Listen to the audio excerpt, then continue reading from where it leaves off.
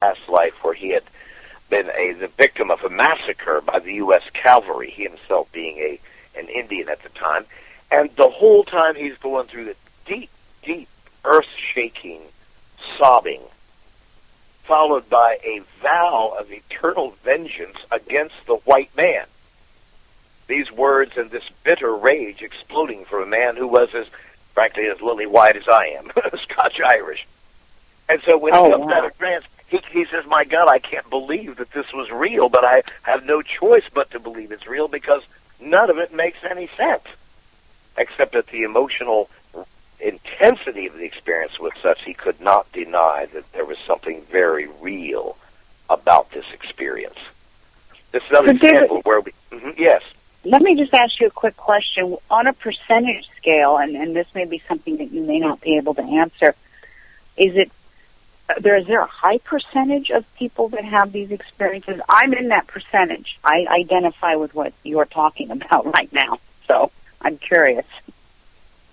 Well, all I can say is I have no idea what percentage of the general population experiences past lives, accurate past life memories. I know that they're extremely common among my trainings, but then people who sign up for an alchemy training are usually not, simple bricklayers. They are people who already have a deep sense of their soul and its purpose. And I would say among those individuals, probably 95% have distinct memories of past lives. And of these, at least 50% of these past life memories to me feel like very accurate and powerful historical experiences. I'm considerably helped in this by the fact that I am a historian, and I have a great deal of knowledge about many periods of the Earth's history, so I can oftentimes just being given the description of a costume or the landscape or architecture of a temple, I can often determine where this person is in the vast eras of history.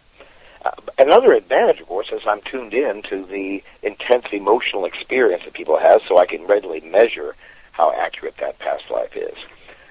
Still, another thing that's very intriguing that proves the existence of past lives is when you meet people that you have known in previous lives.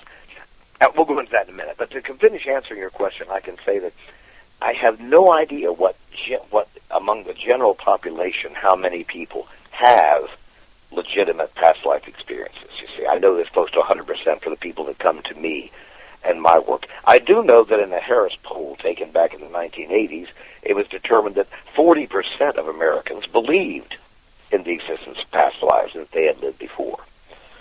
So, but that doesn't necessarily imply... A minute ago, why does this seem so familiar? I feel like I've been here before, but I've never been here before.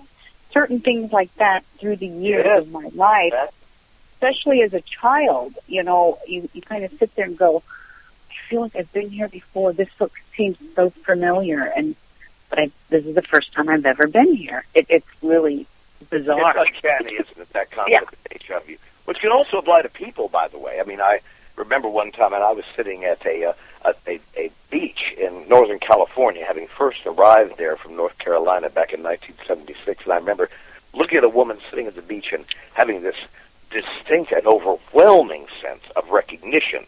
Not only that I had known her before, but that I had been, quite frankly, that she and I had been in some way married, and I began to flush with embarrassment because I knew I had betrayed our marriage.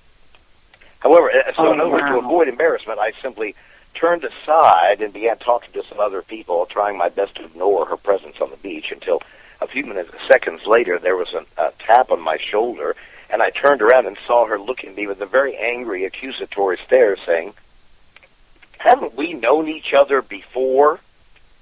Mm-hmm. And I could say, well, I'm not sure where, but I know we were married. And she looks at me with that same accusatory tone and says, I know!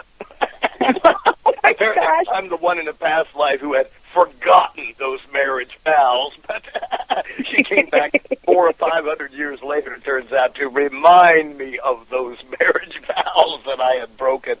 That's a bit uncanny, exactly. And I've had many, many similar experiences of meeting people. I believe that.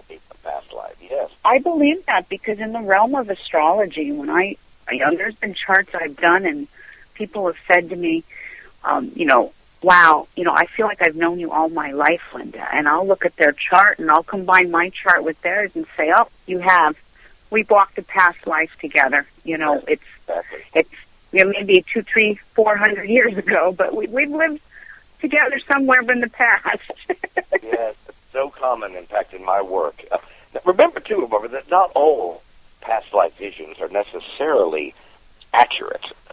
For example, it's very likely you'll find a dozen people who all remember being Jesus Christ in the past life, or maybe hundreds, and there's certainly quite a few Genghis Khans and Napoleons and Joan of Arcs out there as well. And I'm not going to make that wrong, because oftentimes a so-called past life memory shows up as a metaphorical story of who we are and what our life is about. In other words, as a metaphor for our life purpose. For many people, for example, their Christian faith, historical past life stories tend to be somewhat idealized. For example, if a client goes back to a past life where they are Lancelot of the Knights of King Arthur, striding up to the fabulous gates of the great stone castle of Camelot with the banners flying from the ramparts and sweet Guinevere waving from the turret. The one thing we can be sure about is that King Arthur, if he existed at all, fought out of a small wooden fort in the hinterlands without benefit of war horses, plate armor, or any of the other things we imagine of the Arthurian knights. It doesn't mean, however, that the client's experience as Sir Lancelot may not be a valuable metaphor for them in understanding their life and its direction. Wow. That's the story then of historical past lives. One of the other things that really makes sense is when you meet someone from a past life that recognizes who you are and where you've been, like that experience I had of that wife, which it turns out was from Paris in the 1500s. When we go back and meet someone else who shares that past life experience with us, then we know that we have lived that past life before. Now, I was a nobleman in France in the 1500s, and as well as I'm sorry to say, a seducer of women, which brings us to what happened between me and my wife. It was a hobby, I should say, indulged in by many French nobility at the time, noblemen at that time. But I have actually met several women in my present life besides her who all remembered having been seduced and abandoned by me after 500 years. They have not forgotten. Oh, I want all you guys to keep that in mind. Well, us women. Yeah, us women. Keep it in your pants. You never know when in the future the consequences will come down. But one of my favorite stories is I actually met the King of France, whom I had served as a musketeer during this time. His name was Francis I. You can read all about him in the history books. Although when I first met him, I knew nothing about French history, and he told me his name was Francis, and the year was 1511, and I basically had to take his word for it until I began doing the research. In fact, even saw pictures of him. Well, the funny thing was, I'm sitting at a hypnosis conference in New England, and I look across the banquet table, and there he is, the King of France. Oh, my gosh, after 500 years. And I looked at him, first thing I said was, what were you doing in the 1500s? Well, his response at that time was he didn't believe in past lives. So after a brief conversation, of course, I'm not here to convert anyone, but a few minutes later, I decided to leave the banquet hall and went up and started playing the piano, and just for fun, I began playing a song that I had written for King Francis 500 years. And there was the king weeping and saying, "What is that song? I have been hearing it in my dreams all of my life. It is my favorite song. What is it? What is it?" And I said to him, "Well, Your Majesty," I said to him, "it was your favorite then. I wrote it for you." He collapsed into tears and said, "Okay, now I believe." What a story. Wow. That is a great story, David. Isn't that a great story? I love to be a little more uplifting than the wife that was still mad. Here was the king that still remembered my song 500 years later. I actually want to share this with you. In the chat room right now, there's a woman that's telling us that her 14-year-old son remembers his past life as a woman who died of an illness. And according to her, it says he gave me a year and an age that she died. Then it says that he told me this years ago and retold it again last year. And he said that he died in his 40s when he was a woman in a past life. How exciting. Are children more prone and open to having those past life experiences and regression? That is definitely true, I would say. Although, I won't say that children respond better to a hypnotic suggestion, although sometimes, very often they do. But more importantly, children often come up spontaneously with memories from previous lives. You know, saying to when they're 5 or 6 years old, often saying to their mommy or daddy, I remember when we were in Rome, or I remember you never used to wash the dishes when you were my son. These kind of comments made in a sort of casual way by our children can be very important clues to understanding who they were and even what our relationship with them was in our previous lives. Although, unfortunately, here in our Christian culture, we tend to denigrate these statements. My own father, when I mentioned one of my past lives to him at the age of about 6 or 7, and it just came up as easily as you please. I said, well, Dad, here's a past life of mine.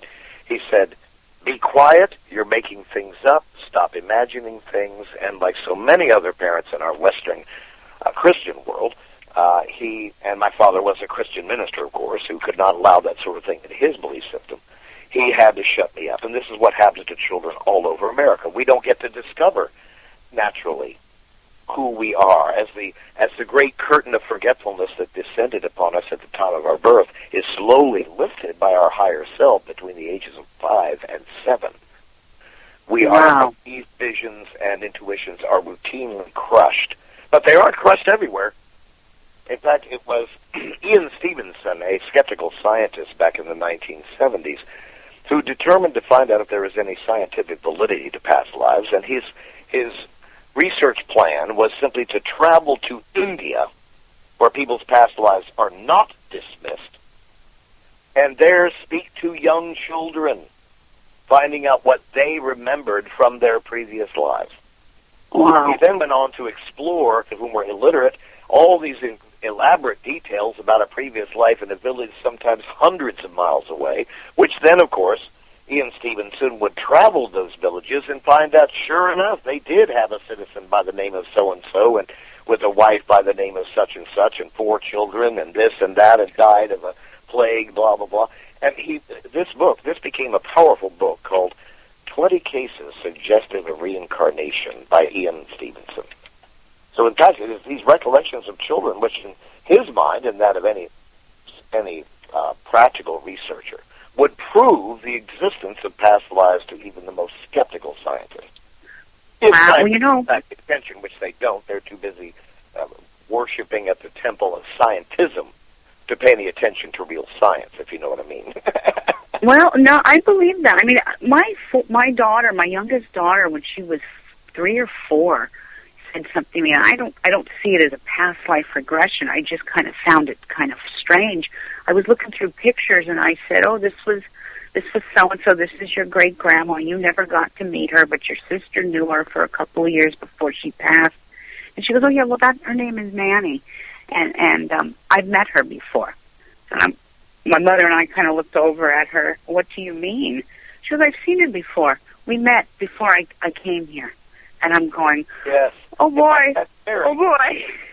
Not only is it common for children to remember past lives, but it's easy for them to remember periods in the between lives states. Yes. One of my clients, her little son had said to her, "I'm so glad I picked you for my mommy," as she was holding him one night. She says, thinking he was just telling a joke, said, "Oh, well, that's awfully sweet. I'm glad you picked me." He said, "Well, I did have a choice, as you know. There were 3 mommies I could have chosen from, but I chose you," says the child.